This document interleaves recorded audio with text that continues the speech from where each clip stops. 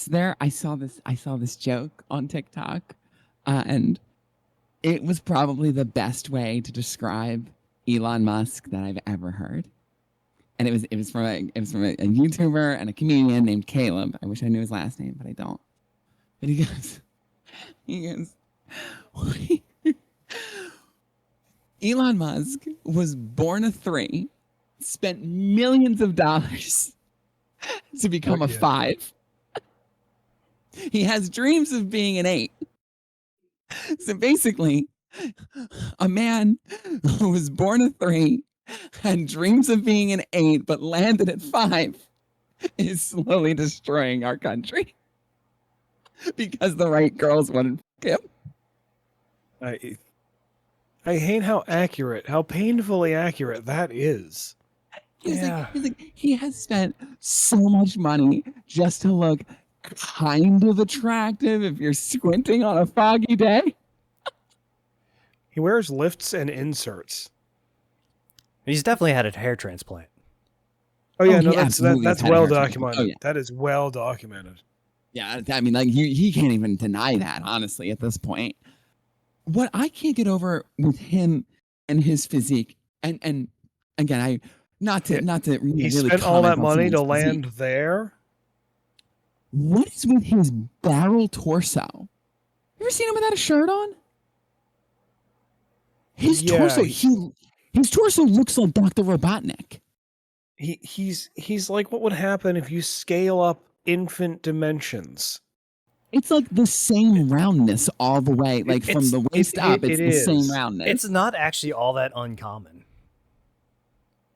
Really? Yeah, it's not like that shape. Body shape is like not all that uncommon. Because it popped in my head. Did you watch the internet historian Cost of Concordia video? Yes. No. That's another dude. The captain of that ship was another dude that he started his life as a 3, worked his way up to a 5, and thinks he's an 8. And then they have a couple pictures of him in and he's Italian, so in an Italian swimsuit, so not flattering at all. So Speedo. And it's kind of the same body shape. Is it just an age thing? Because they were both in their 50s, were they not? Yeah. So I think it's like kind of a European 50s thing, 50s, 60s thing. Musk isn't European. He's South African. But where did he come? Where did the South African come from? Okay, I mean, fair point. Yeah, because you can't tell me with a name like Musk and that pale ass skin that the family is from South Africa. Oh yeah, no, nay. We should probably use his government name, elongated muskrat. Oh, it's like, oh, and with that, welcome to another episode of today's theme. If you're new here, thanks for being here. Hope you enjoyed the show, and if you wouldn't mind, hit that subscribe button down there. Without any further ado, I am your host, Mara. Joining me as always is Asher Dales. Ew. And Lostronaut. Hello. And today's theme is misunderstood superpowers, which essentially is like powers that everybody sees working, but they don't quite understand exactly how they work. No, so there's like a general, basic misunderstanding of the superpower. Take Scott's eye blasts from X-Men. So everyone's like, oh, they're laser eyes. No, they're eye punches. So they're portals to a kinetic dimension, and he uses eye punches to blast things. Wait, but I thought they can burn stuff. Yes, because here's a fun thing with force and applied sciences, that when you apply force to something, the energy just doesn't get 100% converted into a concussive force. there's also a thermal portion of it as well. So like when you hit If you something, beat on it some of the long energy, enough, it heats up. some of the energy will be converted into a thermal radiation. So, okay, is that basically like the same premise of you can cook an entire chicken by slapping it X number of times? Yes. Yes. Or like another an actual practical application is, have you ever seen a blacksmith light a forge without matches before? Oh yeah, I saw our local town blacksmith doing that just yet. No, of course not. Yeah, you've never gone to a Ren fair before? I've never seen them light the forge. Okay, so one way that they do it without a match is they just take a rod of steel and just beat the end of it until it glows red hot. And then what? Like throw it in the coals, I guess. Yeah, and then they just poke some paper with it and it sets it on How fire. many hits does it take to turn a Not a lot, piece of actually. steel? It's It really Really? depends more on the force in the surface area in which that force is being applied. Yeah, it actually doesn't take a whole lot of hits. If anybody's is so inclined, just like look it up on YouTube, and it's like you could probably do it under a minute. I am forced to recall the episode of Unis Annis, those who know, where Mark and Ethan tried to cook a chicken, and I mean they slapped that bird a lot, and that bird did not get hot. Yeah, because there's not the energy transference of a slap into a chicken. And it's also there's a lot of things where it's the amount of force that's used, the surface area, and the mass that's moving. Okay, so wait, so mass has something. Yeah, so mass do does with have that. something to do with it, and Okay. and the amount of the thermal conductivity of the object. So like Okay. muscle and tissue is not the greatest at thermal conductivity, while a lot of metals are. Got it. Okay. I guess that makes sense. That makes a So certain kind of sense. like when you punch something, like a little bit of that energy is transferred as heat. Mhm. So when Scott's eye blasts are continuously eye punching objects, there's a lot of force that is being applied, and it's a lot of energy, and a lot of that energy is being dumped as heat. So like things will set on fire because it's just getting punched so hard and so often. Getting Got it. eye punched. So Scott's eye blasts are eye punches. So they're ocular based Muay Thai. Yeah, sure. Because as far as I know, like the way that the comics have explained it, it's his eyes are portals to a kinetic dimension. See, I thought he metabolized it from like sun energy or something. No. No? It's also the reason. It's also everyone thinks that Juggernaut is a mutant. He's not. Now this one I actually know. Yeah. So He's cursed. He has a cursed object, right? yes, or he's like the physical, the mortal embodiment of, I forget what like rage demon. I think But I heard about this. Yeah. But like some demon of hell. He is like he is the physical avatar of that being of hell. And it's not, he doesn't have super strength. Well, while he does have super strength, his power isn't super strength. His power is infinite momentum. Yeah, he doesn't. To make a long jump, he doesn't need any running room. He can just jump it. Yeah. And that's why nothing can His stop body him. is treated as though it was always in motion. Yep. So that's why nothing can technically stop him, because he is an unstoppable force. Because he's the Juggernaut, bitch. I'm the Juggernaut, bitch. I hate it when movies do memes like that. Another thing is that a funny thing is that Sentinels in the X-Men universe think that Spider-Man is a mutant. Well, hold on a second. I mean, he technically is.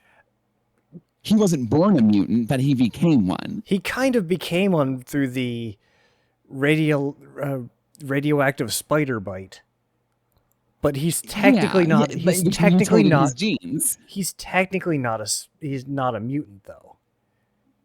He's not a he's not a born mutant, but he is a mutant. His genes have mutated. That's why he has spider powers.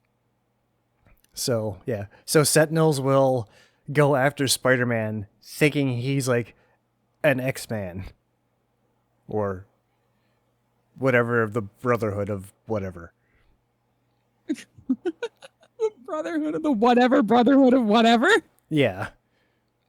I always forget the name of the mutant brotherhood. I think it's the Brotherhood of Mutants. Whatever.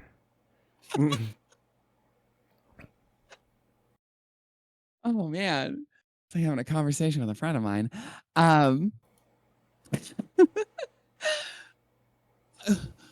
Okay, but Rogue though, her power is literally just sapping, right? Because now I'm questioning every mutant's powers that I've ever come across. Yeah, so her power is just taking the power, basically taking the life force of another person, another living thing. Which is... Now, I've seen her powers demonstrated in two different ways. One of them where she doesn't strip the target of their powers. She just kind of takes a little piece of them and then can use them for a little while. And then another version where like she literally takes their power, and while she's using it, they can't. I don't know, because the one that I've always known was where she can, like, when she takes their power, like the original being still has their power, and then she just has like limited access to it, like a fuel gauge. That's the most common one that I've seen of Rogue, except for when she absolutely destroyed Carol Danvers, and I hope to God that happens in the MCU when they bring in mutants. What did she take? Did she take Captain Marvel's powers? Yeah, because that's what she did in the comics. That's why she has super strength and can fly, and is basically invulnerable. She sapped. She basically sucked Carol Danvers dry of her Captain Marvel powers. Wait, did she leave Danvers as a regular human? Basically. And so I guess Danvers had some magical way of restoring her powers, but it didn't take them from Rogue. Yeah. So, and like she sucked, Rogue sucked Carol so hard that the powers became permanent.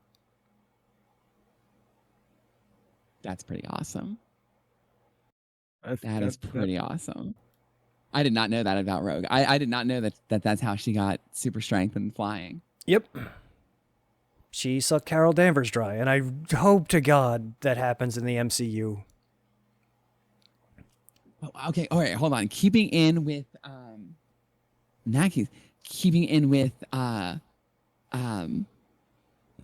then I mean so Nightcrawler then. His power is not teleportation. That's been shown in the comics that it's quasi-teleportation. He's teleporting into a hell dimension, moving through the hell dimension, and then teleporting back out into another spot in the real world. Yeah. Yeah. Is that why he's blue? He's blue because he's Mystique's son. Oh yeah, that's right. Oh, he is really? Mystique's Oh. son. Yeah, Really? he is. I did not know So that. he actually has three parents. Nightcrawler has three parents. Kind of. So Nightcrawler is the son of Mystique and another woman. But because Mystique is the predominant shapeshifter of the universe, Mystique took the form of this like demon guy, and then slept with her girlfriend or her wife, and that was what gave birth to Nightcrawler. Was Mystique shapeshifted into a demon. Her shapeshifting is so good that when she passed on her genetic code, it was more similarly linked to the genetic code of this demon, and it was Mystique. Oh. I mean, that kind of makes sense, because my understanding of her power was she can change her body at literally a molecular level. Yeah. Meaning she is basically just sort of like organic, sentient nanobots. She is the true non-binary icon. Like, Mystique is not. Mystique is whatever they want to be. Yeah. She's a sentient mimic. Yeah, essentially. enough. Yeah. Yeah. Mystique can be anything or anyone. Sticking with mutants, Wade Wilson, Deadpool, his superpower is not super healing; it's super cancer. A lot of people think that Deadpool's superpower is super healing, but the way that his origin works is that all the experiments that turned him into Deadpool just turned his cancer into super cancer. So every time he takes damage, it's just more cancer that's growing back. It's taking like it's a more human shape. controlled Akira situation. Basically. But it's super he has super cancer. And that's what's growing back is Hold on a just second. cancer. So, if that was the case, then wouldn't at some point he just be all cancer? He is all and cancer. Then cease. Yeah, but like, how does he? But he has functioning organs. Like, he eats, he shits. But it's all cancer. Don't ask me. It's comics. Shut up about it. It's all cancer all the way down. It's just his whole body is just cancer. So if it's cancer, so are we looking?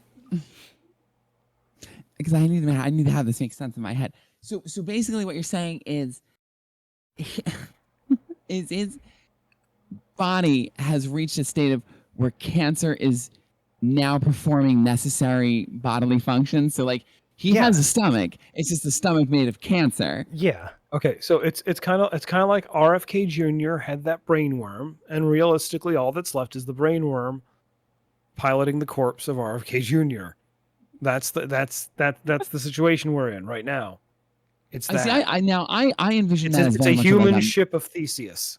I envision that as very much like a Men in Black situation where like there's like a little tab on RFK's ear and like it opens and it's a little guy piloting and a little brain worm.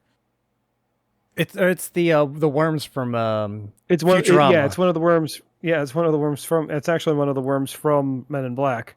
But yeah, the Futurama worms work so much better because they actually make, even though they're parasites, they improve you. And like RFK is the man is odd, and that is probably the most generous I'll ever be when describing him. But he's in good like physically, like you see him without a shirt on, and like man's like what 60? Yeah, money will do that. He's in decent shape. I don't think you can blame just money for that. I really don't. Yeah, I mean, like, so yeah, the worm from Futurama actually makes a lot more sense. Man drinks blue dye. Very strange. Very strange.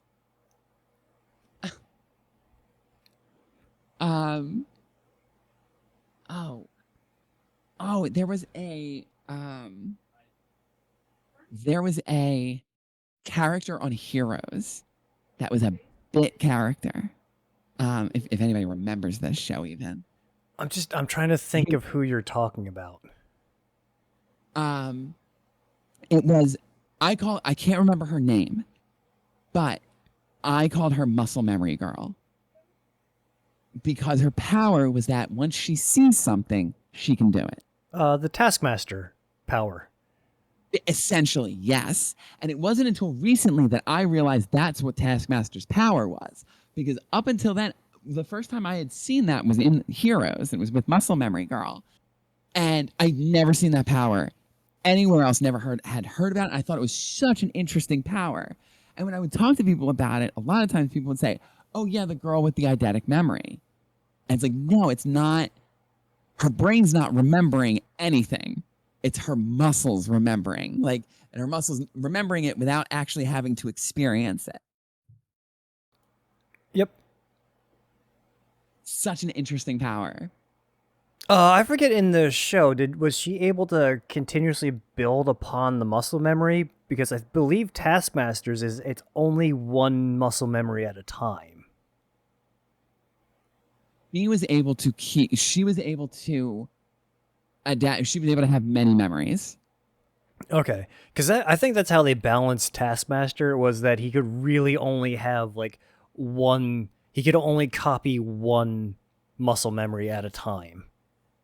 Interesting. I didn't know that that's how they balanced him.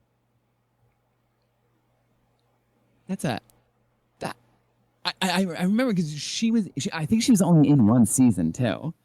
Like they wrote her out, like they introduced her and then wrote her out of the show in the same season that they introduced her. She didn't die. Because they realized just how OP broken it is. Because eventually you just turn into Neo. Yeah, exactly. Nobody can stand against you because you know everything. You know what they're going to do before they do it. You know Kung Fu. That was like that also remember. Speaking of Neo, that also brings into the theory that there's a misunderstanding of what the Matrix movies are, because they're still stuck in the Matrix even when they're outside of the Matrix, because it's still the Matrix, because Neo's powers work outside of the Matrix, so that means they're still within a program. A program within a program. What if he's just a magical man? But he's not. What if he is? But what if he's not? Because he's not. Well, okay.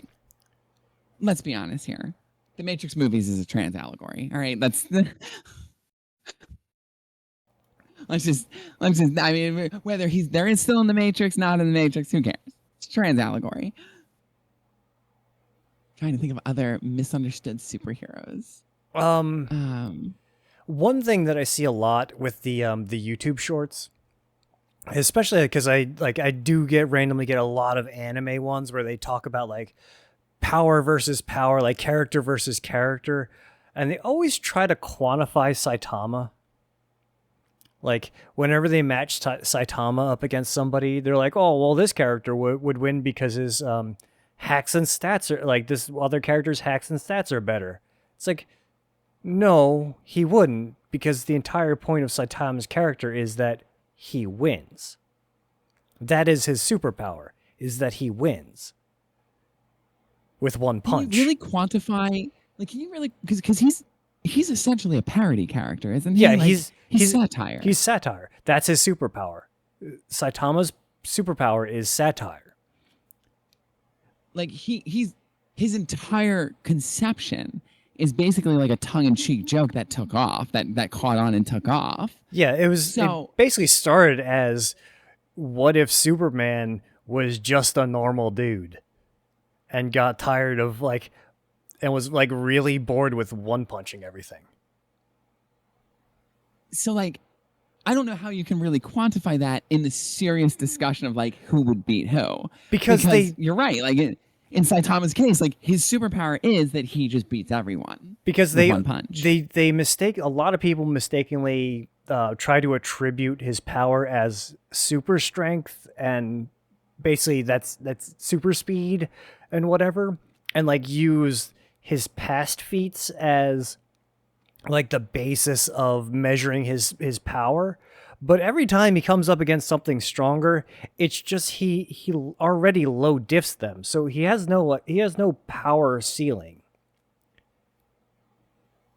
He's always toying with whoever he's fighting. It doesn't matter how strong they are. And that's the whole point of the character, is to do that. Is the futility of being the strongest in the universe. So whatever character, if another character does not also have that power of satire, Saitama just wins. Because the other character still has to abide by the rules of a story. Exactly, and Saitama doesn't, because he's essentially like, he's like Tom and Jerry, like where they can take incredible amounts of pain and they pull weapons out of their pocket. Like he's a cartoon. Like it's called literally a cartoon. It's I think they call it the Toon Force. Yeah. The Toon Force. Yeah. Exactly. So like I don't understand how you could even put him like up against another, because he's a satire of Superman. So like even putting him up against Superman still has to, like, when Superman gets stronger, he still has rules that he needs to follow to make him be stronger. Yeah. Whereas Saitama doesn't. He's just stronger because the premise of reality states that he is stronger. And unreality. He's just stronger. He just gets stronger. Yeah. He is stronger, so he can one punch whoever he's fighting. I don't think that's stupid to put him in a comparison, or like in a ranking. Yeah, and I hate it because everyone does it. Everyone puts him in like a versus battle, and then always picks the other person because the other person is always like is the strongest in their own universe. But Saitama is just stronger because he has the power of satire, and the other character doesn't. What is that from, Toon Force? I forget what the origin of Toon Force is. I was hearing it, but I think they kind of, a lot of the YouTubers misrepresent what Toon Force is, I think. Because a lot of the times I hear it associated with One Piece. And I don't know if that's actually correct. Because of Luffy and Fifth Gear or whatever it is. Fifth gear. But I think Toon Force has existed before then. At least I think. I think it did, and it was the way to describe cartoon characters, namely the WB and Looney Tunes specifically. I think there's even superheroes who use the Toon Force. That also because there's another character that I've watched a lot of the series of. It's Sid Kagano from Eminence in Shadow. That's his. That's another character whose superpower is satire. Because it is a satire. It's a parrot. Eminence in Shadow is basically a parody of the isekai genre. Okay, so yeah, so it's the same thing where like it's all parody. It's all satire. So he's going to be the strongest because he's a parody of characters that always overcome their obstacles. Mm-hmm. And it's actually, I actually find it quite interesting because of the setup in the first couple episodes where he's just making it up. So he made up a story in his head, and the world and the universe that he's in is bending to that story. So everything Does he know he's doing this? But he doesn't know he's doing it. Oh. That's the interesting part, is that he thinks he's just playing his part in like theater. And all the people around him are just playing along with him. I see. But it's actually happening. The reality is warping and unfolding the way that that he's telling his story. But he doesn't know he's doing it. And does he at some point realize that he's doing this? As far as I know, I've gotten shit. pretty far in the manga, and that's the whole point of the character. The whole point is he's not supposed to know that he's doing it. That's the beauty of the character, is that he doesn't know. And he was actually matched up in like one of those like versus things, like in like a free for all, like who would win. And it was a whole bunch of non-satire characters, and then there was him. But since it's not like a super popular show, nobody like knew what his power was.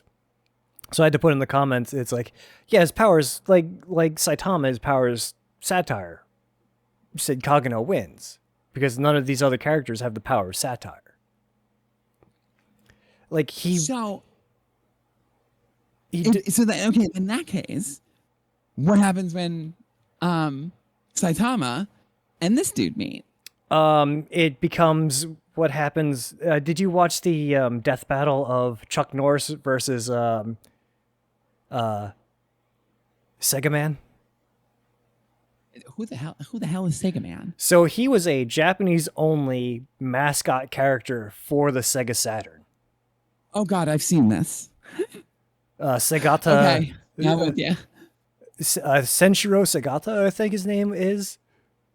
Mm-hmm. But like, I think he had a game too. I think he did. But much like the Chuck Norris lore, it's the exact same thing. It's just a Japanese Chuck Norris. So the death battle had the two of them, and just the universe imploded. Oh, okay. No, I did not know about Sega Man. I was getting Sega Man confused with Pepsi Man. Pepsi Man. Pepsi Man had a game. Sega Man does not. He's just the Chuck Norris of Japan, apparently. Yep. So like, the way that the death battle worked out was just the universe implodes. They punch each other so hard that the universe implodes. And that's what would happen when two satire characters meet, like Sid and Saitama. Just the whole story implodes. So I was looking up Toon Force because I was like I have heard this talked about, referenced like long before One Piece and Luffy. And they gave a couple of examples. The Warner siblings used the Toon Force. Yes. Wacko, and Dot. Wacko, and Dot, yeah. Okay. Bugs Bunny uses the Toon Force. To bring it back into superheroes, The Mask uses Toon Force. Yep. Well, that was powered by Loki, was it not? Well, at least the second movie was powered by Loki, but even in the first movie, wasn't it? It was just like Loki, wasn't it? I don't even think they mentioned that the mask was Loki's in the first movie. I don't think. I don't think so. I think it was just a mask. Oh, there was like right. no lore behind it. It was just a mask that got like dumped into a. Yeah, that's right. Yeah, like it had no explanation as to why it could do. Am I getting the that things from that the it comic did. then? Because I have a graphic novel of the a graphic novel actually. It is in the of the comic. Yes, mask. that is exactly where the mask comes from. It comes from Loki, but it still conveys to him the powers of the Toon Force. Okay, well maybe that's where I'm getting that then. Which I mean makes sense because Loki's mischief, trickery, and all that. Like that's very cartoony. That's very Looney Tunes. Domains. Yeah. And then like side note about the mask. Have you guys ever looked into how that movie was like shot? No. I think I kind of remember watching one of like the Corridor Digital reaction thing, like VFX artists reacts to it, but I don't remember much of it. It was like, because keep in mind that movie came out in 1994. CGI was not a thing at that time. It was, but it was in its. It was not as easily accessible or inexpensive. Yeah. So there's a lot of scenes in that movie where like they just had to tell Jim what was happening, and he just had to go with it. And what better person to tell just go for it than Jim Carrey? Right? Than an actual human cartoon character, yeah. There's a scene, one scene in particular that I remember because I think I watched like a documentary on it or something. But there's one scene in particular where he like goes crazy in a I think is in his apartment's hallway, and he's like this animated tornado that is whipping through that has both Stanley Ipkiss and the Mask fighting for control, and they're banging against stuff and damaging things, and like they had to like film it and then add the CGI and then like film it again to have the damaged things, to have the other things be damaged, and then merge those three cuts. Yeah. So crazy. And all to make a product that in 1994, like the CGI was, because they kind of leaned into the cartoony aspect of it, so the CGI didn't look terrible against the other realistic settings. Very interesting. Very, very interesting.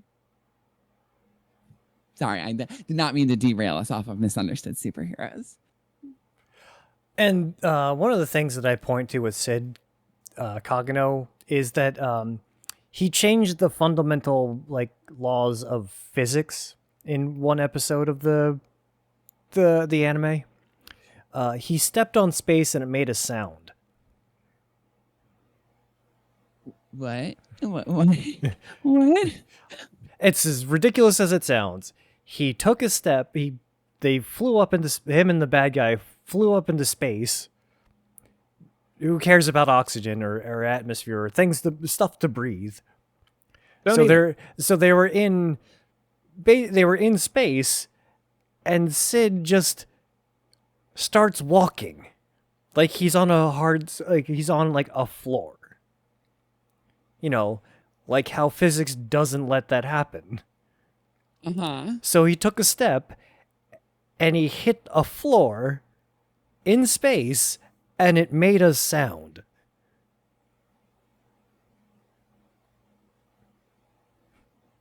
I'm not... Okay. Yeah, no, that tracks. Okay. Actually, I have a question. Yes. What does the sound that space makes when it gets stepped on? Like you're stepping on a floor? Like the classic like stepping on a floor in an empty room? Like a hardwood floor? I'm actually kind of disappointed by that, but okay.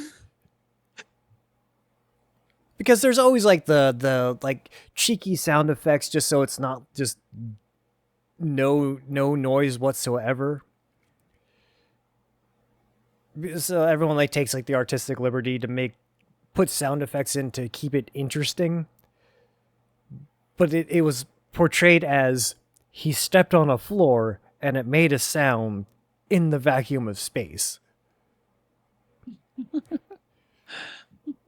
So he just completely said, reality bends to my will.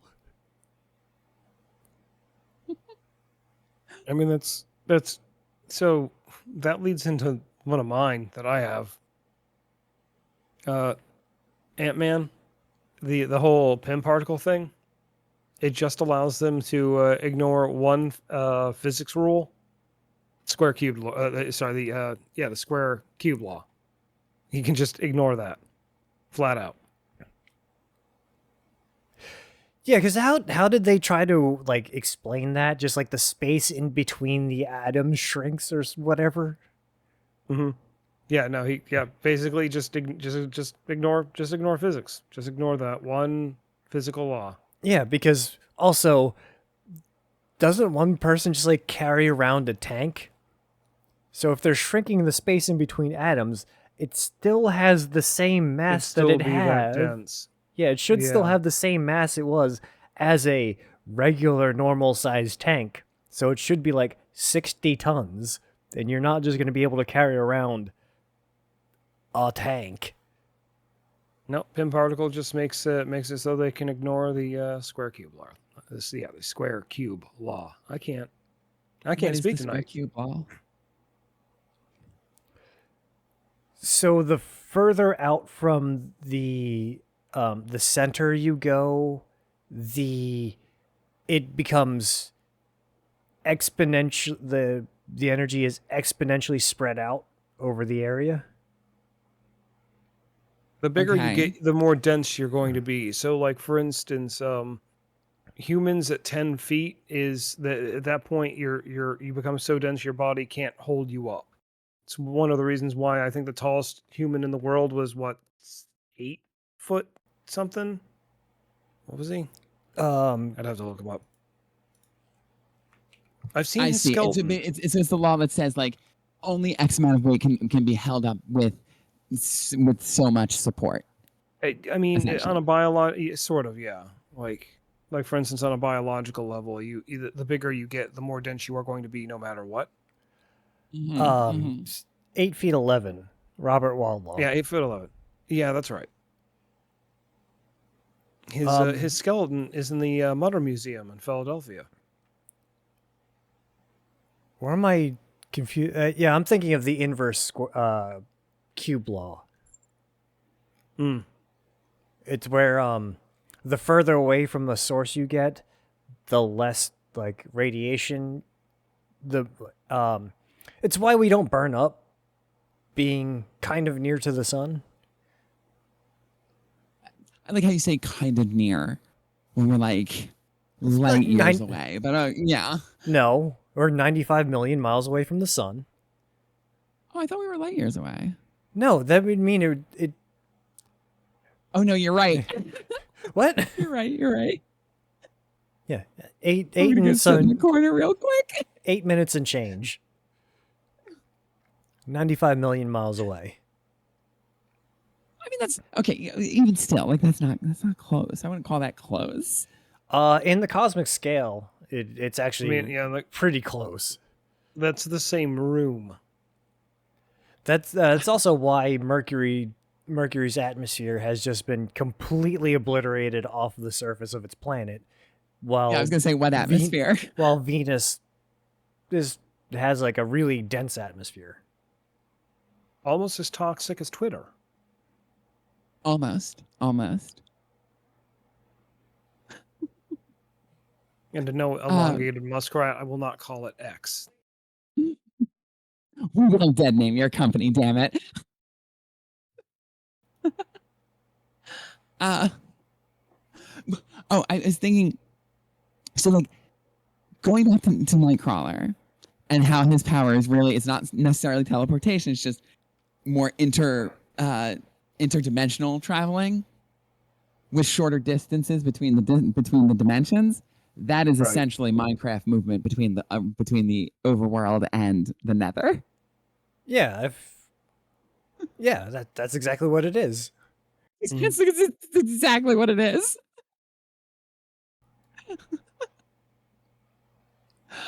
I hate that it can be boiled down that simply, but like, there it is. Yeah. It just for in our terms, it's just happens in a split second. Yeah. Because He moves in that other dimension super quick. yeah, there was one episode of the X-Men animated series.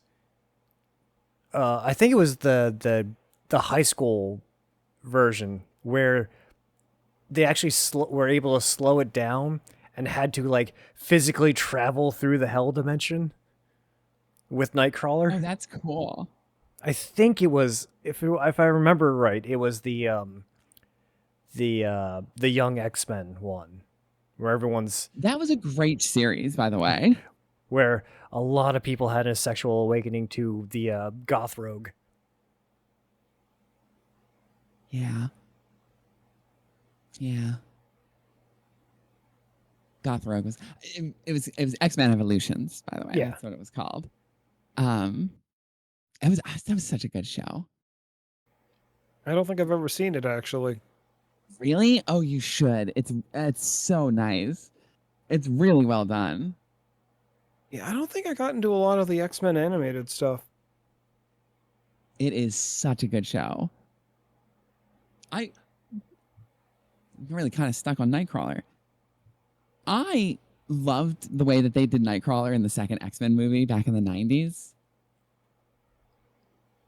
I had, oh my God, now his name just left. Alan Cumming. Alan, yeah, thank you. Oh my God. Or Alan I Cummings. had no idea. I had no idea that was Alan Cumming.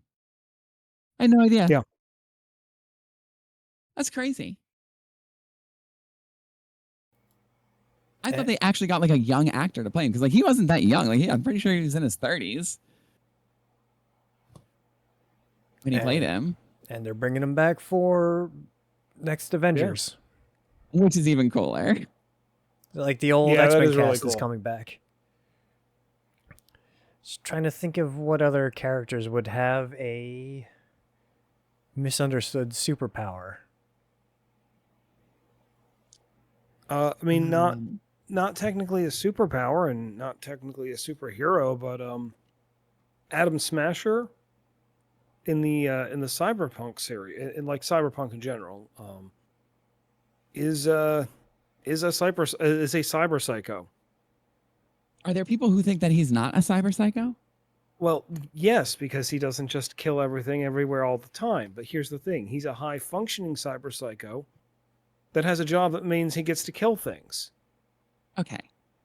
First of all, I have one question. To the people who think that who say that he is not a cyber psycho. In the overwhelming majority of scenes in which you see Atom Smasher, what is he doing? Is it murdering someone? Oh, yes, it is. Like, for the most part, whenever you see that character, he's murdering somebody. I think misunderstanding, like in the games, the cyber psychos are just like absolutely going psychopathic. They are on the warpath. This is a mental break. Yes, but you also like in the anime, it's very similar. Like they they see things that altered. With Atom Smasher, pretty much anytime you see him, he's murdering somebody. And if he's not murdering somebody, he's talking about murdering somebody. So like, I wouldn't necessarily say just because he can keep himself from murdering someone for 10 minutes doesn't mean he's not a cyber psycho. Because you can make the same argument for Johnny Silverhand. Silverhand's a cyber psycho as well. He is. So is he. Yes. He is. Like the player character, V, cyber psycho. You get so many augments, you have to be a cyber psycho to take that many augments. I don't even think did they ever penalize him in the game? In the game, they changed it so that you actually can start getting, I believe, negative effects from cyber psychosis. Oh, really? Yeah, there are. You can after the it was an update after the Edge Runners anime went big. They added some of the Edge Runners stuff in, and then that's where they added the. I think that's where they added the whole meter, because you actually have like each part has a cost now associated with it, and you can start. You can go into a danger territory where if you start if like you kill like a random civilian or something, it'll start glitching you, and then you can actually just pass out or something. That's kind of cool. Oh man, that game is more and more. I'm feeling tempted to like go back and. Oh, I've been playing it again recently. Check it out. I've got it moderately modded. It's been tempting me. I don't know. Yeah, I've got a couple of quality of life mods in there. Yeah, mostly just like a lot of quality of life, and a couple of neat little things. Like there was an unlock for the mega building that you start out living in. Like if you go out and you look down, there's that whole like center courtyard inside the building that has like shops and stuff, and you can't actually get there. This mod lets you get there. Oh, interesting. That's cool. Still not going to play it. No, you don't have to. No one's Yeah, asking you to. It's single player. We're not going to stream it.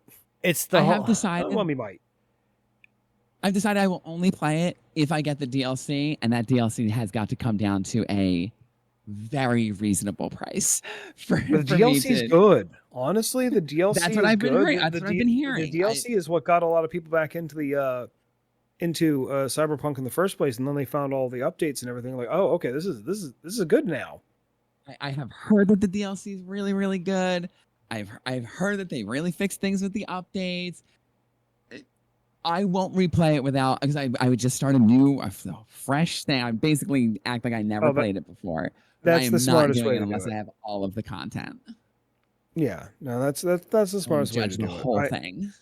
I honestly didn't go back to start playing it again until after I had picked up the expansion, because now I want to play through the regular story and get to the expansion. So that's why I had done it. Yeah, I just can't with how bad my experience was with at launch. I just can't. Like I'm with you. Because I had a terrible experience with this game at launch, and it didn't get better. And then I got to the end of the game and hated it. Yeah. Like, people have been like, I say that, and then I've had people be like, well, you need to play it now because it's good, and they fixed it, and it's good. It's like, I don't care. It's like, Yeah, I'm not going to tell you that. if the first time I go to a restaurant and I get food poisoning from that restaurant, I'm never going back to that restaurant. I don't care if everything's changed about the restaurant. I'm not going back. Like, that's why I don't go to Chipotle anymore, because it's a 50-50 shot for, I went a couple times. They kept glitching on you every time you went there to get a burrito? Yeah, and my You bowels, walk in, your pants would be gone. my bowels kept glitching. Some the contents of my bowels would be suddenly on the outside of my bowels. Yeah. I hate it when that glitch happens. And it would You're always happen. driving home from Chipotle, you're just T-posing in the car. It would only happen whenever I ate like a Chipotle burrito, or because I don't do the bowls, I only do burritos. I just get a salad then, so I don't eat at Chipotle anymore. Before it was cool to not eat at Chipotle. It's like, now I have a question. So in that analogy that you said with the restaurant, what if the restaurant changes owners? Like, basically the name of the restaurant has to change, right? yeah, it has to go under. It has to be a completely different restaurant. So it has to have new ownership, Okay. new name. It has to be not that original. It has to be not anything associated with that original restaurant. So it's not like you'll never go back into that building. Yeah, it's just I will never go to that Okay. restaurant anymore, ever again. Got it. So like, if a new like owner and a new chain and a new like whole like new staff came in and created a completely different restaurant, I would go back to it. Okay, But so it would is have the to be restaurant, something. in this case, the game or the developer? Like, when Witcher 4 comes out, are you playing it, or are you No. done with CD Projekt Red? So I'm kind of done with CD Projekt Red. Okay. Not really for any other reason than just because of Cyberpunk, but I really didn't play any of their other games. So like, I didn't have any investment with CD Projekt Red. It wasn't a hard choice for you to just go, yeah, you know what, I'm not dealing with this. So again. if I'd put like 1,000 hours into Witcher 3, and then Cyberpunk was the turd that it was, the salmonella food poisoning that was Cyberpunk 2077 at launch. Like, I would go back and like, if they came out with a new game, I would give them another shot. I'm just not going back to Cyberpunk. So essentially, to continue to keep it to fitting within the metaphor, Like, if I went to like a certain Applebee's and I got food poisoning from that Applebee's, I'm never going back to that location. I'll go to a different one. So what I'm hearing is Cyberpunk 2077 made you physically shit yourself at some point playing it, and that's why you don't want to play it any longer. It made my brain fluids shit themselves down my spinal column.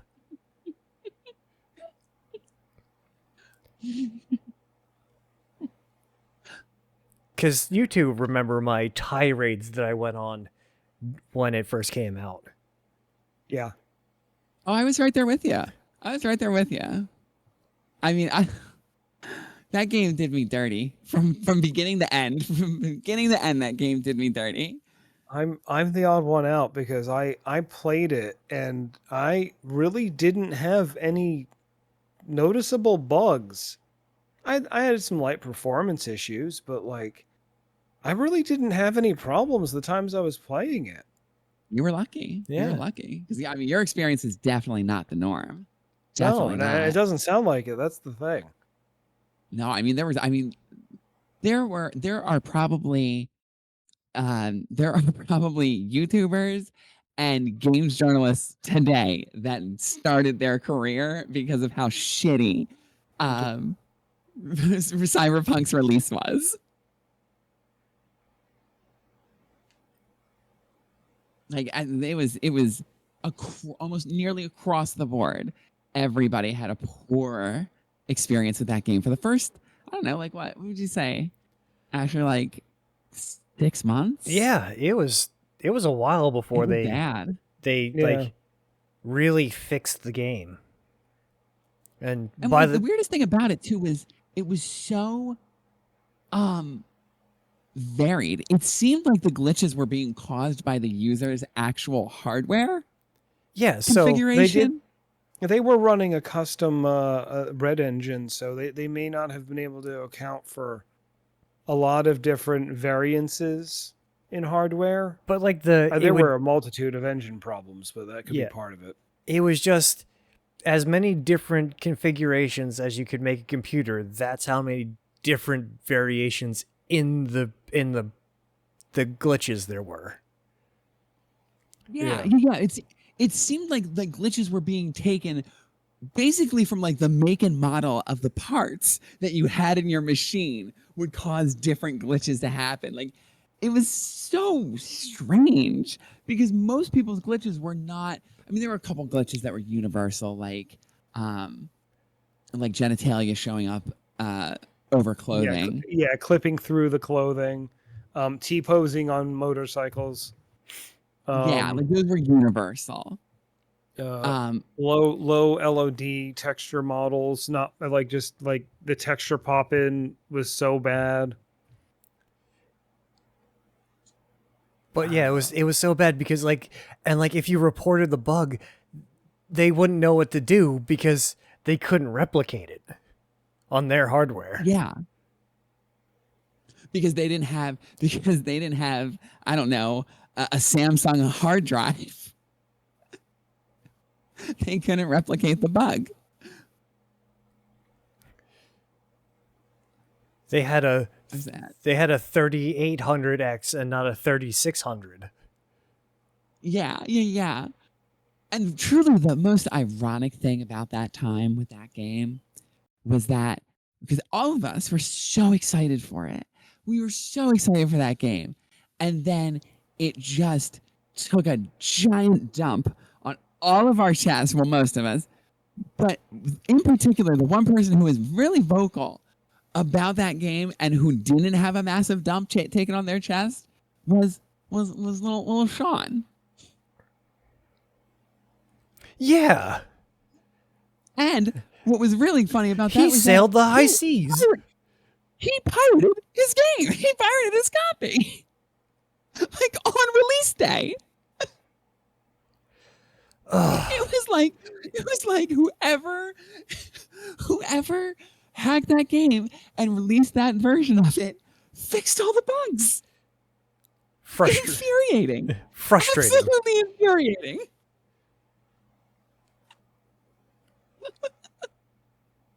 Every once in a while, I'll think about that. I'll be like, the only person who didn't have a problem with that damn game was the one person who freaking stole it. Yeah, that's of course that figures. That's how that goes. It's just, I wonder if that might be because there wasn't. I don't remember if Cyberpunk 2077 launched with any anti-cheat or anything, and I wonder if maybe because that would have been like free of said anti-cheat, I don't think it anti-piracy. did. I don't think it had any like serious anti-DRM It didn't or have any like anti-cheat on it. de novo or anything like that. No, I know. I mean, that's true. Like I mean, they own GOG, if I remember correctly. So CD Projekt Red owns GOG, which is really big on like, yeah, I think so. If I remember correctly. Hold on. No, just continue what you're saying. Yeah, but no, since they own GOG, and GOG is notoriously against like anti.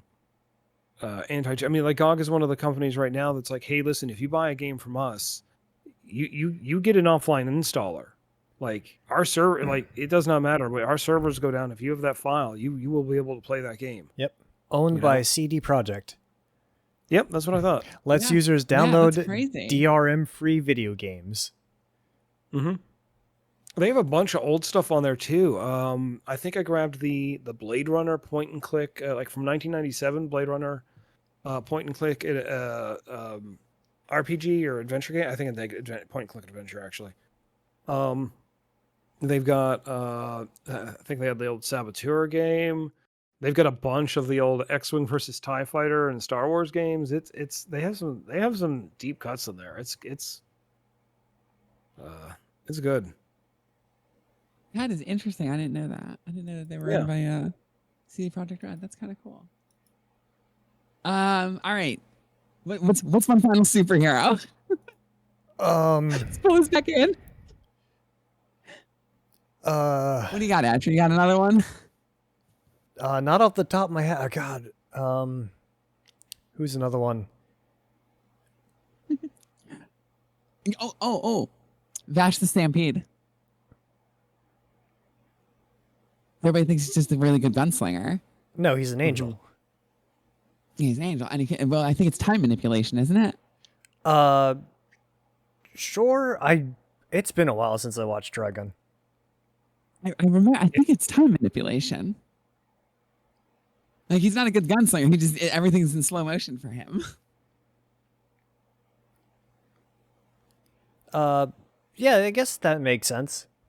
He's so good at being a gunslinger that he can have the hammer at the top of the cylinder while it fires out of the bottom of the cylinder. Yeah. Yeah. That's one thing that that's one thing that always kind of like intrigued me on how that the whatever what was the name of his gun? What's that firing pin look like? Yeah, it's like the hammer would strike the top bullet of the cylinder, but the barrel was on the bottom, was lined up with the bottom of the cylinder. It's like, yeah, what? It's like the how? It's kind of like the what is it? The Rhino? Is it Togas's gun? The Chiappa Rhino. The Chiappa Rhino. Yeah, that's right. What?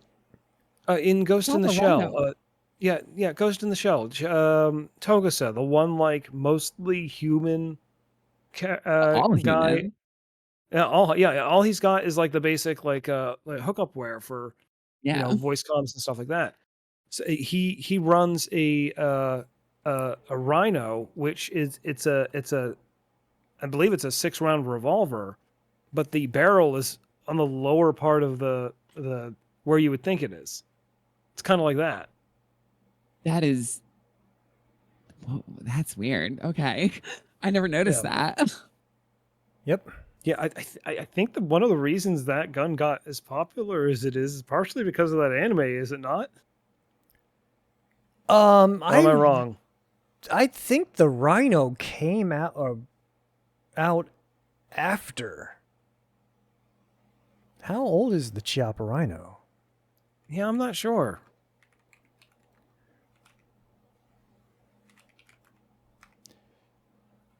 When did the Chiappa Rhino come out? Yeah, it's Chiappa released the Rhino in 2009. That is indeed after Ghost in the Shell. So, right? Like there's no way Ghost in the Shell came out after 2009. yeah, Ghost in the Shell was very much 90 4? No, the Ghost in the Shell standalone complex. Even standalone complex. There's no way standalone complex was. I don't know. You know, I don't know if Togusa had that in the original movie. He might have. There's no way. Ghost in SAC was before was after 2009. I refuse to believe this. Hold on. We're getting to the bottom of this. 2004. Yeah. Okay. I'm not crazy. Yeah. Okay. Whew. No, I'm sorry. 2002. First season aired from October 2002 to 2003. Yeah. Okay.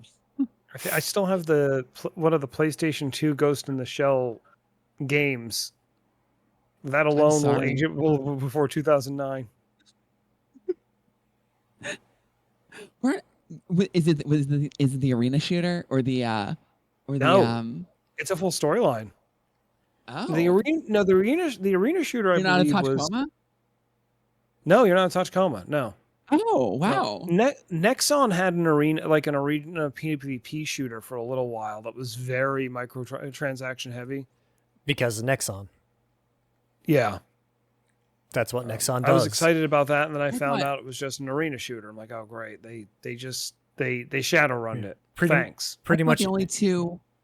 I thought the only two Ghost in the Shell games were the arena shooter and the Tachikoma tank game. No, I don't remember what it is off the top of my head, but let me see. If I look it up, I'll know the label immediately. I played through that whole game. Was it good? I enjoyed that. I mean, it's a PlayStation 2 game I still own in the year of our Luigi 2025. Okay, like. Yeah, I enjoyed it. Standalone. It's just Ghost in the Shell standalone complex. Came out in 2004. Oh wow. Yeah. Huh. interesting. That's interesting. I didn't know that they actually made like a decent game out of that property. Huh. Yeah. I'm gonna have to look. I want. I'll see if there's gameplay. Oh, there is. There is gameplay video. Hold on. I'll send it to y'all. With that, you have wasted another perfectly good hour listening to us here at today's theme. Thank you so much for listening.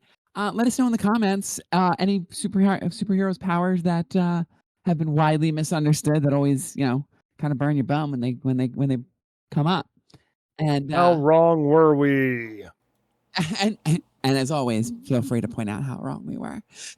While you're down there, give the video a like, hit that noti bell, and don't forget to subscribe. Thank you so much for listening. It's been a pleasure. I've been Mara. I've been Asher. I've been lost. Stay super cheese bags.